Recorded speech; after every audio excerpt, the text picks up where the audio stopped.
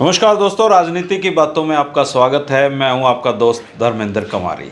दोस्तों, 15 अगस्त 1979 का दिन भारत की राजनीति में एक बहुत बड़ा और ख़ास दिन था।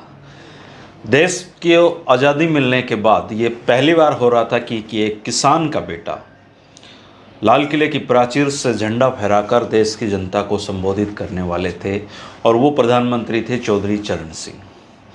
इस दिन हरियाणा क्षेत्र में एक बहुत बड़ा नारा चौधरी देवीलाल ने दिया था, और वो नारा था चलो दिल्ली का।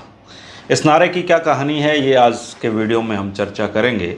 और कल का वीडियो भी बहुत खास होगा, 3 बजे का, उसको देखना ना भूलिए, क्योंकि वो चौधरी चरण सिंह का वो भाषण होगा जो प्रधानमंत्री के तौर पे उन्होंने देश के लाल किले पर जो संबोधन दिया था, वो पूरा का पूरा संबोधन मैं आपको सुनाऊंगा। लेकिन आज बात करते हैं चलो दिल्ली के नारे की। 28 जुलाई 1979 को चौधरी चरण सिंह ने देश के प्रधानमंत्री की शपथ ली, और इस दौड़ में उनके सामने जो थे वो थे बाबू जगजीवन राम। लेकिन बाबू जगजीवन राम जो आंकड़ों का खेल था उसमें पिछड़ गए। राजनारायण जी ने संजय गांधी और इंदिरा गांधी से मिलकर बहुमत का जुगाड़ कर लिया, और कांग्रेस के समर्थन से चौधरी चरण सिंह देश के प्रधानमंत्री बने। लेकिन इसके बाद चौधरी चरण सिंह ने एक बड़ी ऐतिहासिक गलती की, जिसका खामियाजा ये रहा कि संसद का सामना किए बिना ही चौधरी चरण सिंह को भारत के प्रधानमंत्री के रूप में अपना इस्तीफा देना पड़ा। और उनकी इस भूल को जो चौधरी चरण सिंह के बहुत करीबी लोग थे वो भी मानते हैं कि ऐतिहासिक रूप से चौधरी चरण सिंह एक बहुत बड़ी गड़बड़ इंदिरा गांधी जी का धन्यवाद ना करके कर गए। इसके अलावा उन्होंने अपने शपथ ग्रहण समारोह में ना कांग्रेस के किसी नेता को बुलाया, ना इंदिरा गांधी को आमंत्रित किया। और इसके पीछे कई तरह की कहानियां हैं, जिसका कोई मुकम्मल एक जवाब नहीं दे सकते हैं कि चौधरी चरण सिंह ने ऐसा क्यों किया। लेकिन जो राजनीति के जानकार लोग हैं वो मानते हैं कि उनसे ये एक बहुत बड़ी भारी भूल हुई थी, क्योंकि अगर वो इंदिरा गांधी को आमंत्रित करना या इंदिरा गांधी को सम्मान देना भारत के लोकतंत्र की तौहीन मानते थे, तो फिर उन्होंने उनकी पार्टी का समर्थन क्यों लिया प्रधानमंत्री बनने के लिए। तो इस तरह की स्थिति उस समय उत्पन्न हुई। लेकिन जो भारत के प्रधानमंत्री के तौर पर 15 अगस्त 1979 को जो संबोधन उनका होना था वो पूरे देश में एक चर्चा का विषय बन गया, क्योंकि सबको पता था कि चौधरी चरण सिंह की सरकार देश से गिर जानी है। लेकिन चौधरी चरण सिंह को इस दौरान प्रधानमंत्री के रूप में देश की जनता को लाल किले से संबोधन करने का एक अद्भुत अवसर उनके पास आया, और इस अवसर को भुनाने के लिए, इस अवसर को ऐतिहासिक बनाने के लिए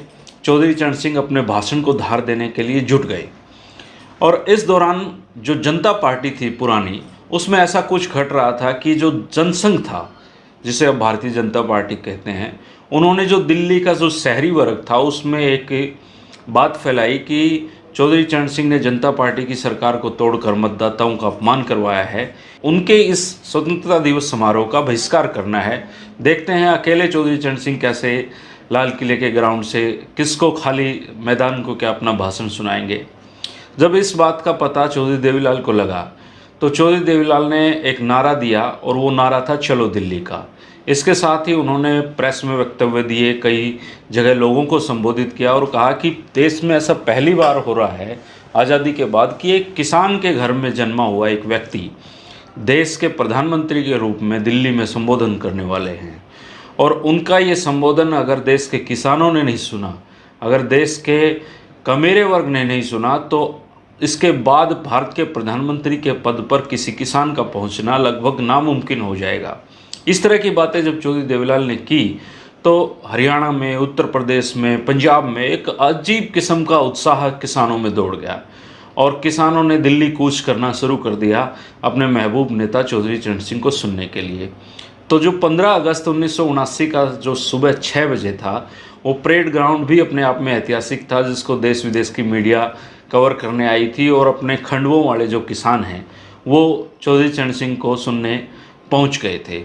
और चौधरी चरण सिंह ने 20 मिनट का उस समय जो भाषण दिया, वो देश की उस समय की राजनीतिक परिस्थितियों को, किसानों की दशा को, लोगों की दशा को समझने में बहुत महत्वपूर्ण आपकी मदद करेगा।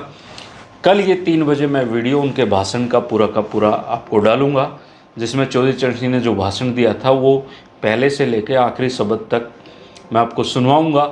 इसलिए कल का वीडियो देखना ना भूलें। लेकिन जो चौधरी चरण सिंह का जो ऐतिहासिक स्वतंत्रता दिवस समारोह में जो भाषण हुआ उसका सबसे बड़ा अगर किसी को योगदान क्रेडिट दिया जा सकता है तो वो चौधरी देवीलाल को दिया जा सकता है, जिनके दिल्ली चलो आह्वान की वजह से किसान कमेरे लोग उठकर दिल्ली गए और स्वतंत्रता दिवस समारोह की इस परेड को देखा। तो ये था दोस्तों आज का वीडियो, और कल का 3 बजे का वीडियो देखना ना भूलें। और ख़ास बात यह है कि चौधरी देवीलाल ने जिस समय ये आह्वान किया उस समय वो हरियाणा प्रदेश के मुख्यमंत्री के रूप में अपनी कुर्सी गंवा चुके थे। चौधरी भजनलाल ने उनको अपदस्थ करके खुद मुख्यमंत्री की शपथ ले ली थी। लेकिन ये जो पूरा घटनाक्रम है ये आप 16 अगस्त को सुन सकेंगे। 16 अगस्त के 3 बजे के वीडियो में चौधरी भजनलाल द्वारा चौधरी देवीलाल की सरकार गिराने के पूरा जो प्रसंग था उसकी जानकारी आपको मिलेगी। 15 अगस्त को आप चौधरी चरण सिंह का भाषण जरूर देखें। आपने अगर चैनल को सब्सक्राइब नहीं किया है तो दोस्तों चैनल को सब्सक्राइब कर लें। इसके साथ ही एक सबसे महत्वपूर्ण चीज़ ये है कि अगर आप भारतीय राजनीति को समझते हैं, जानते हैं, किसी भी राजनीतिक घटना के गवाह रहे हैं या आपने उस दौर को देखा है तो कमेंट करके दूसरे लोगों को भी उस बारे में बताएं, क्योंकि ये मेरा अकेले का कोई चैनल नहीं है, ये हम सब का चैनल है और हम सबको अपने योगदान से जो आने वाली हमारी पीढ़ियां हैं उनको राजनीतिक इतिहास से रूबरू करवाना है। शुक्रिया।